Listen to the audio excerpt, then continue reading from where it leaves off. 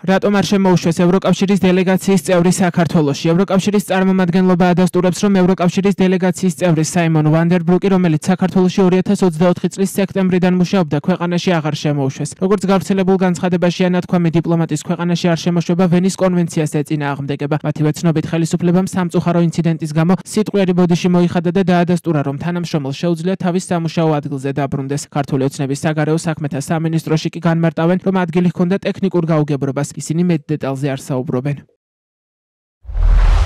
საქართველოში ევროკავშირის წარმომადგენლობა ადასტურებს, რომ 21 მაისს თბილისის აეროპორტში ჩასვლისთანავე ევროკავშირის წარმომადგენლობის ერთ-ერთ წევრს ქვეყანაში შესვლის უფლება არ მიეცა. ევროკავშირის წარმომადგენლობის სათანადოდ აკრედიტებული წევრისთვის ქვეყანაში შესვლაზე უარის თქმა ეწინააღმდეგება დიპლომატიური ურთიერთობების შესახებ ვენის კონვენციასა და სხვა შესაბამის ნორმებს, რომელთა დაცვის ვალდებულებაც საქართველოს აქვს. ამ საკითხთან დაკავშირებით საქართველოს საგარეო საქმეთა სამინისტროს ვერბალური ნოტა გაეგზავნა. საქართველოს ხელისუფლებამ სიტყვიერი ბოდიში მოიხადა სამწუხარო ინციდენტის გამო და დაადასტურა, რომ თანამშრომელს შეუძლია დაუბრუნდეს თავის სამუშაო ადგილს.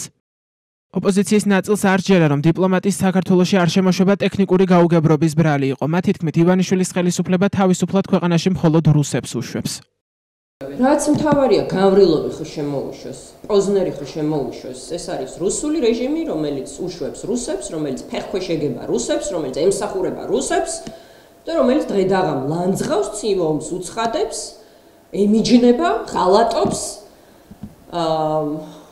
ამერიკას, ევროკავშირს და საქართველოს ყველა მეგობარს, რომელსაც მილიარდები აქვს ჩადებული საქართველოში, დასცინის, აბუჩად იგდებს იმ მილიარდებს, რომელიც ამერიკის შეერთებულ შტატებს და ევროკავშირს აქვს ჩადებული საქართველოში, ზურს აქცევს საქართველოს მეგობრებს, მათ მტრად რაცხავს და წითელი ხალიჩით ხვდება ოკუპანტს. რატომ?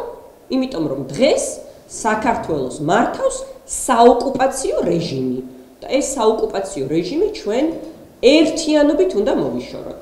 ეს არის ერთადერთი გამოსავალი. ჩვენ შევდივართ უკვე იზოლაციის, ავტოკრატიის იზოლაციურ ფაზაში, ამ რაღაცა ლოკალური ფაშიზმის დამყარებას ემატება უკვე საერთაშორისო იზოლაციის ელემენტი, როდესაც ჩვენ დასავლელი პარტნიორი ქვეყნებიდან დიპლომატებს უკრძალავენ ქვეყანაში შემოსვლას, იღებენ კანონს, რომლითაც უცხოელების გაძევებას აკანონებენ და ამარტივებენ და ამით იმ ადამიანებს, რომლებიც დიპლომატიურ სამსახურში არ არიან, მაგრამ ჩვენი პარტნიორი ქვეყნებიდან ამ ქვეყანაში არიან და ცხოვრობენ, მათი გაძევებას ემსახურება.